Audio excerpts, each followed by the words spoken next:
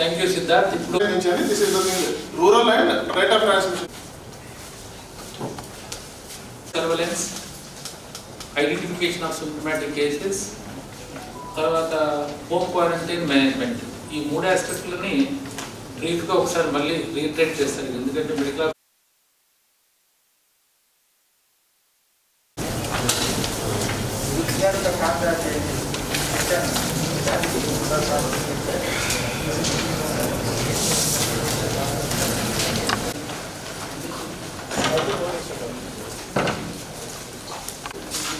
నలుగురు వచ్చారు కదా,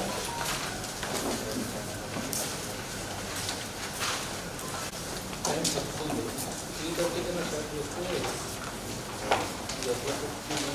లెవెల్లో యాక్టివిటీస్ అనేటివి బాగా జరగాలి. సో దాని మీద మనం ఒకసారి ఒక ఓరియంటేషన్ చేసుకుంటే మండల స్థాయిలో ఉన్నటువంటి అధికారులు ఇంటర్మీడియట్లీ విలేజ్లో పనిచేసే 5 మందిని కూడేసి ఇట్లాంటి ఒక సెషన్ అవుతే కంపల్సరీగా మండల స్థాయిలో పెట్టాలా.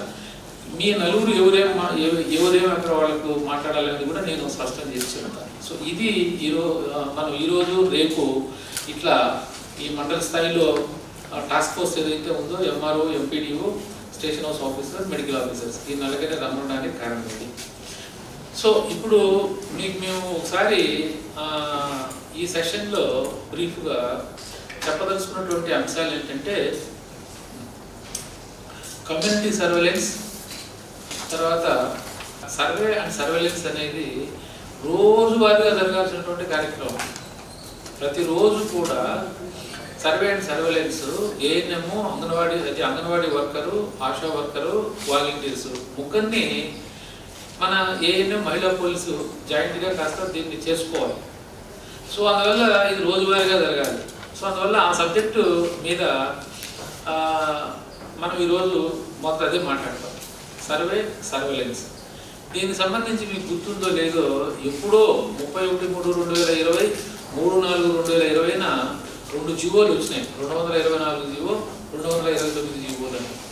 సో గ్రామీణ ప్రాంతాల్లో community surveillance, public information management ఎలా ఉండాలా అని చెప్పి మనకు 224 జీవో చెప్తే, అర్బన్ ఏరియాస్లో ఈ community surveillance, public information system ఎలా ఉండాలనేది ఆ జీవోలు చాలా స్పష్టంగా ఒక ఎస్ఓపి లాగా ఇచ్చారు. అవి మర్చిపోయినట్టున్నారు జనాలంతా. మేము మీటింగ్లో సర్వేలెన్స్ అని మాట్లాడు, దాంట్లో ఉంది కమ్యూనిటీని మనం ఎప్పుడు సర్వేలెన్స్లో పెట్టాలని.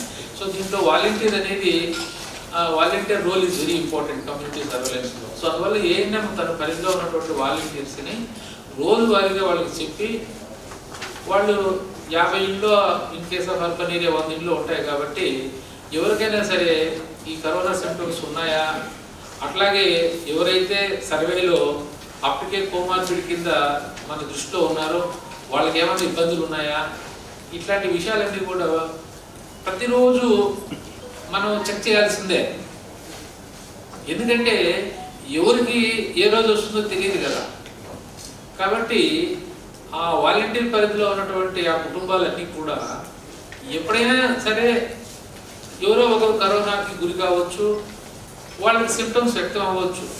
సో మనం అర్లీగా డిటెక్షన్ చేయడం అనేది ఇక్కడ ఫండమెంటల్.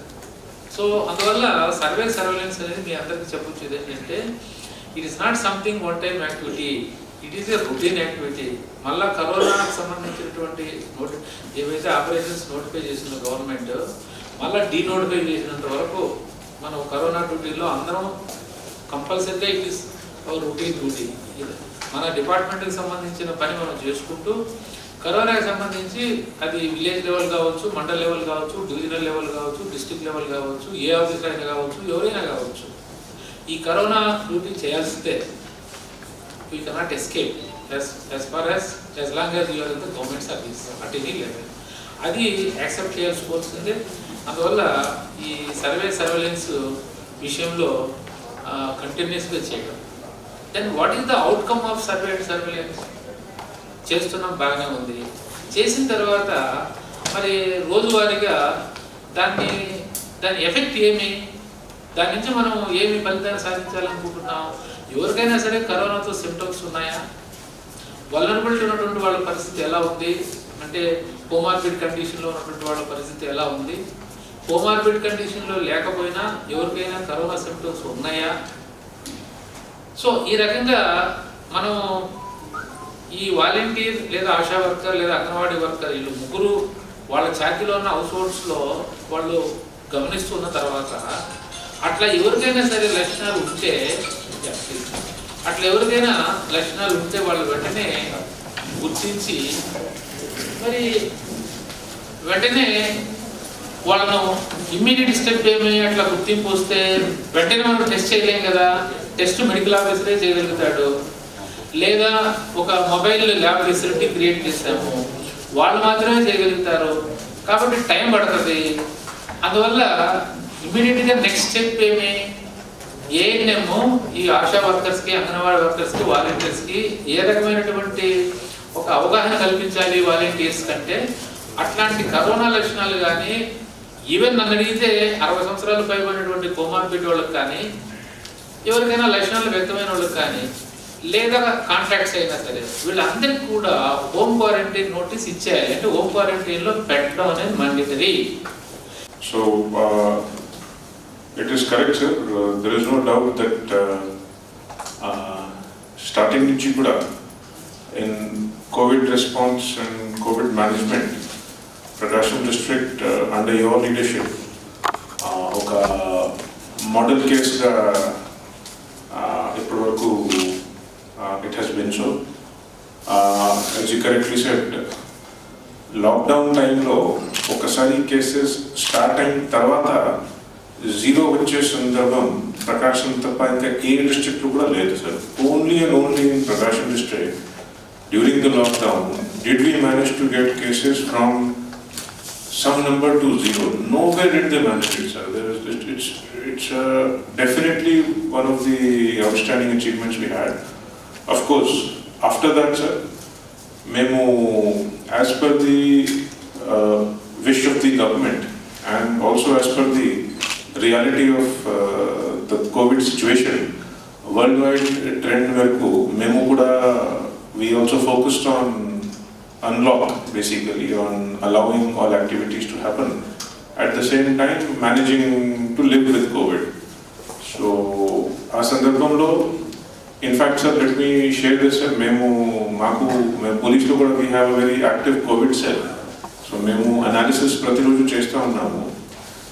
ఈ ఒక 1 week నుంచి కొంత కేసెస్ తగ్గినాయి, కానీ before that around for about 1 month Prakasam was regularly getting the highest number of active cases. కానీ దానికి I am pointing that out as a positive, sir. ఎందుకంటే sir we are the last district in Andhra Pradesh to peak. The last district. Every other district, sir, already peak ayi down velutundi. Memo ippadi hold chesam, sir. We held it for the longest time and only now we have peaked. So Kurnool peaked 3 months prior, sir. Guntur, Kurnool, East Godavari, anni kuda 3 months back rate of infection peak ayinayi, sir.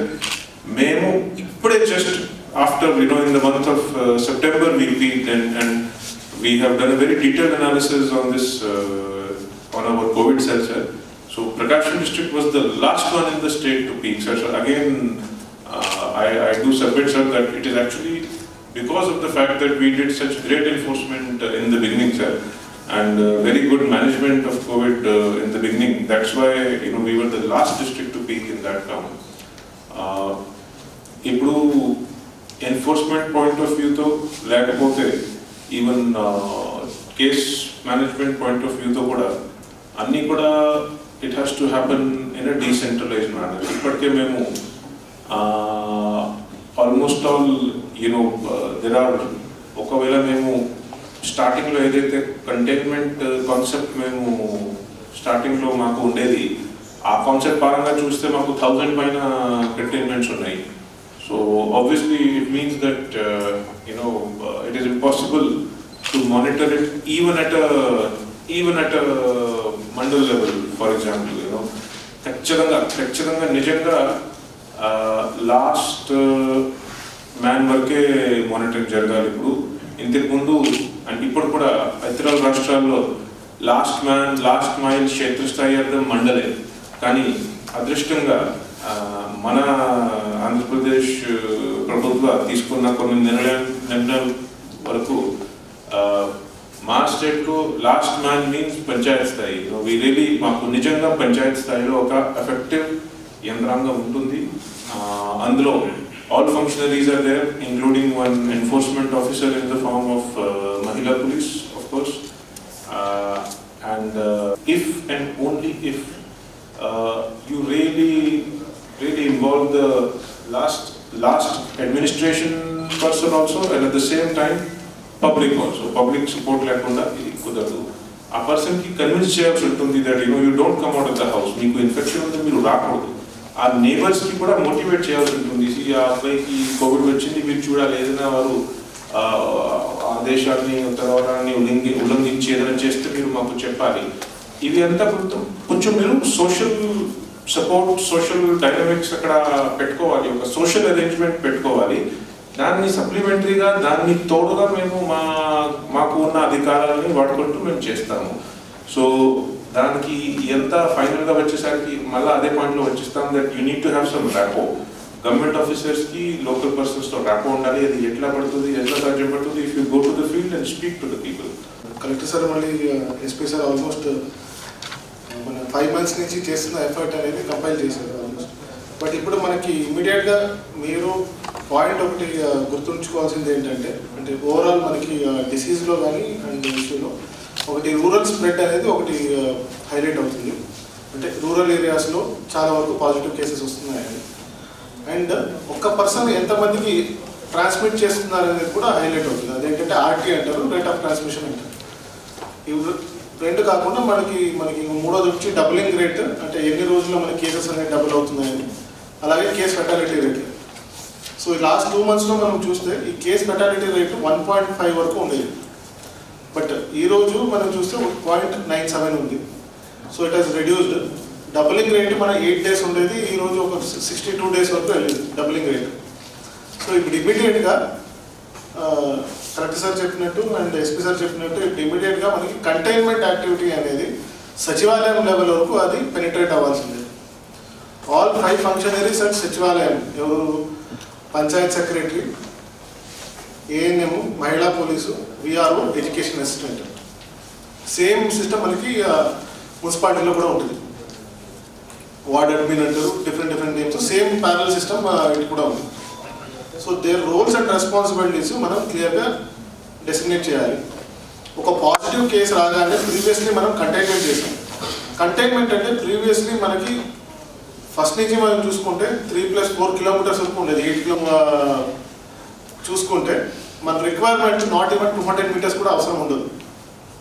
It can be just a particular house ఏముందో house or 2-3 houses if it is, అంటే దగ్గరలో ఉంటే 10 houses ఇటు 10 houses అటు మీరు చేసి ఆ వీధిని containment చేసినా పర్లేదు.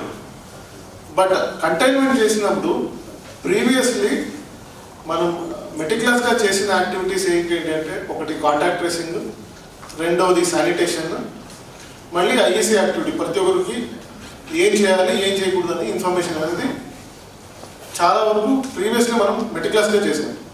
లాక్డౌన్ రిలాక్సేషన్ అయిన తర్వాత అండ్ స్ప్రెడ్ రూరల్ అయిన తర్వాత 200 meters కంటైన్మెంట్ మనం మెయింటైన్ చేయడం కూడా ప్రాక్టికలీ డిఫికల్ట్ అవుతుంది తెలవగానే. సో ఇవన్నీ ఒకటే కంప్లీట్ రిలాక్స్ చేస్తాం. ఎలాగంటే కంటైన్మెంట్ జోన్ అనేది కూడా అర్థం అవ్వట్లేదు. సో కంప్లీట్ రిలాక్సేషన్ అయింది. సో దిస్ రెస్పాన్సిబిలిటీ ఏమవుతుందంటే, ఇప్పుడు ఇది సచివాలయం లెవెల్ వరకు వెళ్ళింది. అంటే ఇప్పుడు కలెక్టర్ సార్ చెప్పినట్టు ఎస్ఎన్పాడులో ఒక సచివాలయంలో సో పంచాయత్ సెక్రటరీ ఇనిషియేటివ్ తీసుకొని ఒక వీధిని ఏదో కంటైన్మెంట్ చేసుకున్నారంటే that is the best way to go head. So దాన్ని మీరు ఏం చేయాలంటే ఒక పాజిటివ్ కేసు రాగానే constituency special officer, senior medical officer at constituency level, mandal task force at mandal level, సచివాలయంలో పంచాయత్ సెక్రటరీ ఏం చూసుకుంటారంటే శానిటేషన్ చూసుకోవాలి. అక్కడ బ్లీచింగ్ అనేది చేయాల్సిందే. దట్ ఈస్ బ్లీచింగ్ చేస్తే ఇమీడియట్గా 2 activities అవుతుంది. ట్రాన్స్మిషన్ స్ప్రెడ్ అంటే రేట్ ఆఫ్ ట్రాన్స్మిషన్ ఆర్టీ మనం ఏం చూస్తున్నామో మన జిల్లాది 0.95 ఉంది. సో ఆ ట్రాన్స్మిషన్ అనేది మనం తగ్గిస్తాం. రెండోది contact tracing, which is the role of మహిళా పోలీస్. కాంటాక్ట్ ట్రేసింగ్ మనం ఇమీడియట్గా minimum 10 secondary contact, primary contact minimum 10, secondary contact minimum 15. So దీంట్లో ఏంటి డౌట్స్, మళ్ళీ ప్రైమరీ కాంటాక్ట్స్ వాళ్ళ ఇంట్లో ఉన్న వాళ్ళందరినీ చేసేసాం కదా, మిగతా వాళ్ళు ఎవరు లేరు, ప్రైమరీ అది మనకి కాంటాక్ట్ ట్రేసింగ్లో రావట్లేదు అని అంటున్నారు. So very simple, the definition of primary and secondary కాంటాక్ట్ని చాలా ఎలాబరేట్ అయ్యింది మీకు. ప్రీవియస్లీ ఏంటంటే మనం లాక్డౌన్లో ఉన్నవాడు ఎవరు ఎక్కడ తిరిగేవాళ్ళు కాదు అనే కాన్సెప్ట్ మీద ప్రైమరీ కాంటాక్ట్ అంటే ఇంట్లో ఉన్నవాళ్ళు అంతే, సెకండరీ కాంటాక్ట్ అంటే ఇంట్లో ఉన్నవాళ్ళకి వేరే కాంటాక్ట్స్ అండి. సో ఇప్పుడు ప్రైమరీ కాంటాక్ట్స్ జస్ట్ డెఫినేషన్ చూస్తే మీకు ఫ్యామిలీ మెంబర్స్ వస్తారు, relatives, neighbours who has been interacted with that person for 2 hours in the last 14 days.